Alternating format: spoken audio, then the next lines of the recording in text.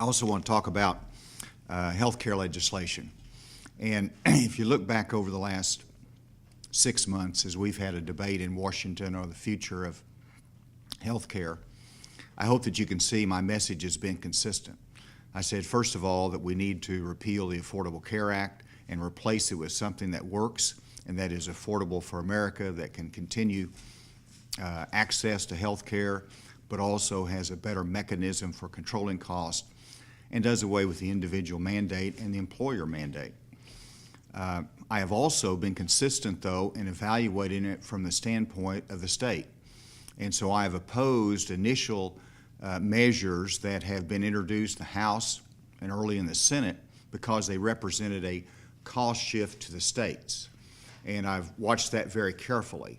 And I've pushed back, and you know those, I've been engaged in the national debate consistently saying we cannot have a massive cost shift to the states that we can absorb. I've also advocated for flexibility of the states so that we can run our own health care program and participate in cost savings over the long term with the federal government.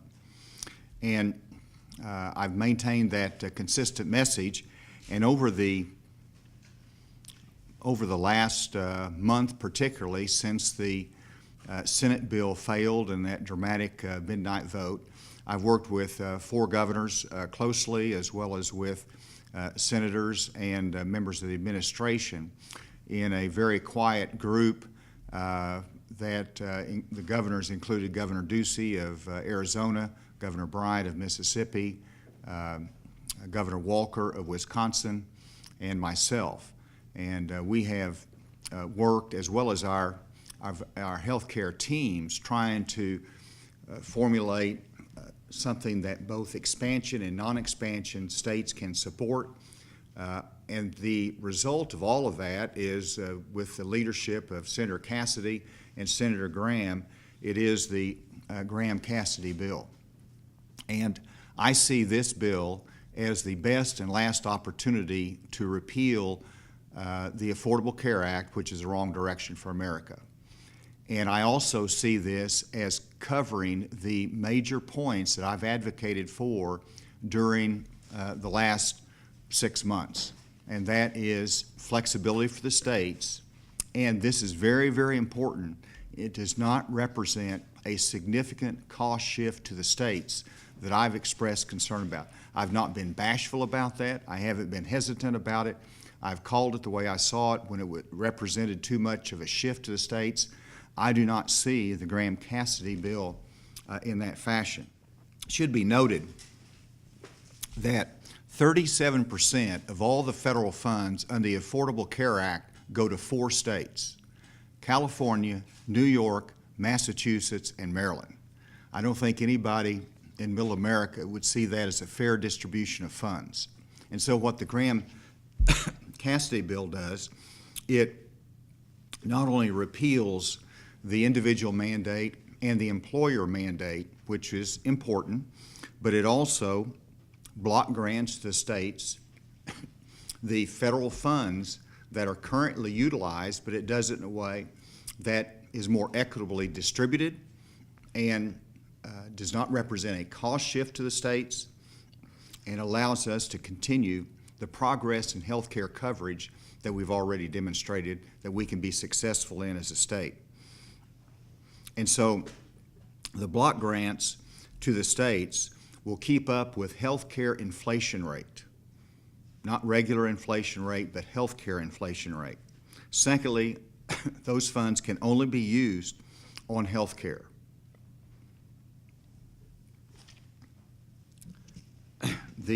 As I mentioned, it repeals as much of the Affordable Care Act as it can under the reconciliation rules in Washington, and then it permits the states to make decisions beyond that.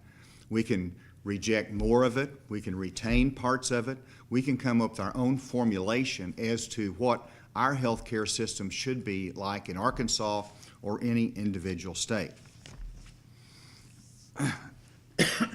Under the block grant proposal, some of the tools that are available for the states include in their use of funds, we can use it for direct financial assistance to individuals to buy health insurance. It can be used as direct payments to providers to help them make sure they're covered in every part of the state. It can be utilized for reimbursement for uncompensated care. It can be utilized for funding of high-risk pools. And this is very, very important because everybody can't wait to get a CBO scoring as to what it means for uncompensated care. Well, in Arkansas, we're going to do all that we can to make sure that we cover people in the front end. We want to be able to provide insurance through Arkansas Works. We want to make sure that we have proper coverage on the health care exchange for those that are more in the middle income category. But in the end, if you do away with the individual mandate, then what's going to happen when you give people a freedom of choice? Some are going to decide not to have it, and so there will be some uptick in uncompensated care, which is hard to measure that CBO is trying to do, but it will be some measurable level of an increase in uncompensated care. But what the block grant does is allows us the flexibility to arrange our own system so that we can cover it on the front end, and if there's some that slip through and wind up in the hospital in an uncompensated care category, then we can cover that.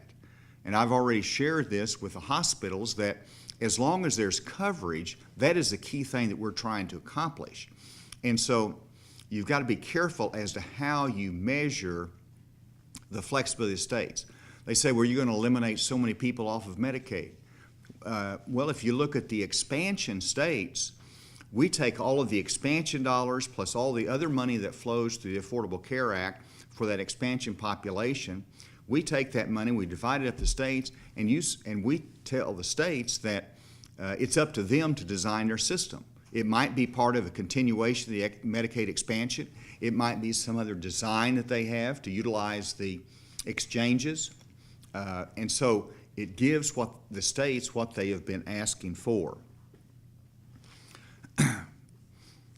Whenever we talk about the funding the high-risk pools, there could be, if you allow insurance companies to offer different types of policies, then maybe not all policies would cover every pre-existing condition. And so if that is the case, then you can create a high-risk pool to make sure that there is coverage and compensation for the care of those that are in high-risk categories. And so I'm trying to diminish all the worrisome scenarios by saying that you've got the same chunk of money with just flexibility for the states as to how that money is administered and to meet the needs of the state. And so I think it gives us that flexibility. It allows us to continue Arkansas Works, the unique expansion that we had utilizing Medicaid dollars on the insurance market. It allows us to continue in that innovation. It allows us to continue with the reform that we've already tried to accomplish. And so it gives us a consistency in our approach to Arkansas, and our Arkansas families can have confidence that it's not going to be a huge amount of disruption. It will be a continuation of a program that I believe is successful, will continue to be successful, but allows us to fill in the dollars beyond in the event that there's unmet needs. Very importantly, under the Graham-Cassidy Bill, no state match is required. As you know, right now, we're at, 5% as a state match. This was $100 million, and when it goes up to 10%, it will be $200 million of general revenue per year to cover the expansion population. But under the new formulation, there's no state match required because it's all a block grant. It's all one chunk of money, and you don't have those false firewalls in there. And so it frees up more than $1 billion in general revenue between 2020 and 2026. And that means that we can utilize that freed up revenue for, there are actually not any restrictions on it. It could go back to general revenue, it could go for other purposes of our state, but it also could be applied toward healthcare needs that we might identify. And so it really gives us the maximum amount of flexibility that we could imagine under this latest proposal. If it passed, this is what would happen. Arkansas Works would continue, and the reforms that we've already implemented would continue. And then between now and March 3rd of 2019, which is the date that the state plan would be due, we would be working with our provider community, with healthcare advocates, with the patient community, with hospitals, with the insurance carriers, as well as with our state officials and other advocates, bring all of them together and say, let's design a plan that can utilize the flexibility that we've been given. And then we have plenty of time to design that, to do it right, learn from other states as well. So I don't know whether this will pass or not, but I do see it as the last best chance to repeal the Affordable Care Act. That's where I've been from the very beginning, and I see this as an opportunity to continue the care that we have innovated in Arkansas and want to be able to provide that increased access to care. We don't want to go backwards. We want to go forward on this, and I think this gives us the opportunity to do it, but to continue to innovate. There's already some stories out there that somehow this is going to cost Arkansas billions of dollars, hundreds of millions of dollars. It's just not so. If you look at the entire nation, the Graham-Cassidy Bill between now and 2026 will fund 95% of what is currently funded under the Affordable Care Act, 95%. So there's a 5% savings there, but that is shifted around in the states. When you look at it from Arkansas' standpoint, we look to these numbers carefully, our whole team, and I'm satisfied that there's not a retrenchment on the federal participation in the healthcare system in Arkansas, but there's a continued commitment. So where do the savings come from? They come from the fact that we've all got to tighten the belt. You look right now that we were sort of happy in Arkansas that our insurance premiums only increased 10%. 10%? That's a lot. And so while we are so much lower than the rest of the nation, we've got to do better than that. And part of that is in the overall cost control efforts that we have. But it's also about saving our individual state dollars and general revenue dollars that gives us an opportunity to do that. And again, it gives us the maximum flexibility, but the federal participation will continue, and I think it's the right kind of partnership. So with that, let me turn it over for any questions. Have you talked with either Senator Bozeman or Senator Cotton about your support for Graham-Cassidy? Do you get the sense that they both support it at this point? I can't speak for them, but I have spoken regularly with them and communicated with their team as well. They know that I've been working on the Graham-Cassidy bill. I've listened to them. We've worked together on it. They understand my concerns that I expressed very loudly previously about the first Senate bill and the House bill, that it was a cost shift to the states. And whenever we got to the point in our negotiations that I determined it was not that cost shift, then I signaled to them that this is something that Arkansas can live with and can benefit from in terms of the increased flexibility. I just spoke with Senator Cotton this morning, and had a good conversation about this. Clearly, Graham-Cassidy has some momentum, but still a little bit unpredictable as to where it goes from here. So, just to be clear, will Arkansas receive, they wouldn't receive less money under this bill? That's right. Arkansas will be made whole in this bill in terms of our health care coverage and our health care payments from the federal government because we have the we have a per capita, we have an allocation through the block grant that's based upon our current reimbursement rates. So you take what we're getting now from the federal government, and that's going to continue with a medical cost inflator for each year as it grows. And so that's why we'll be made whole. Now, that does say that we've got to control costs, and everybody knows we have to control costs. And so we don't want, you know, if medical costs go up 7 and 8% or 9 and 10%, that's a problem. We have to control those costs, and that's the objective of this. Instead of being an open-ended checkbook for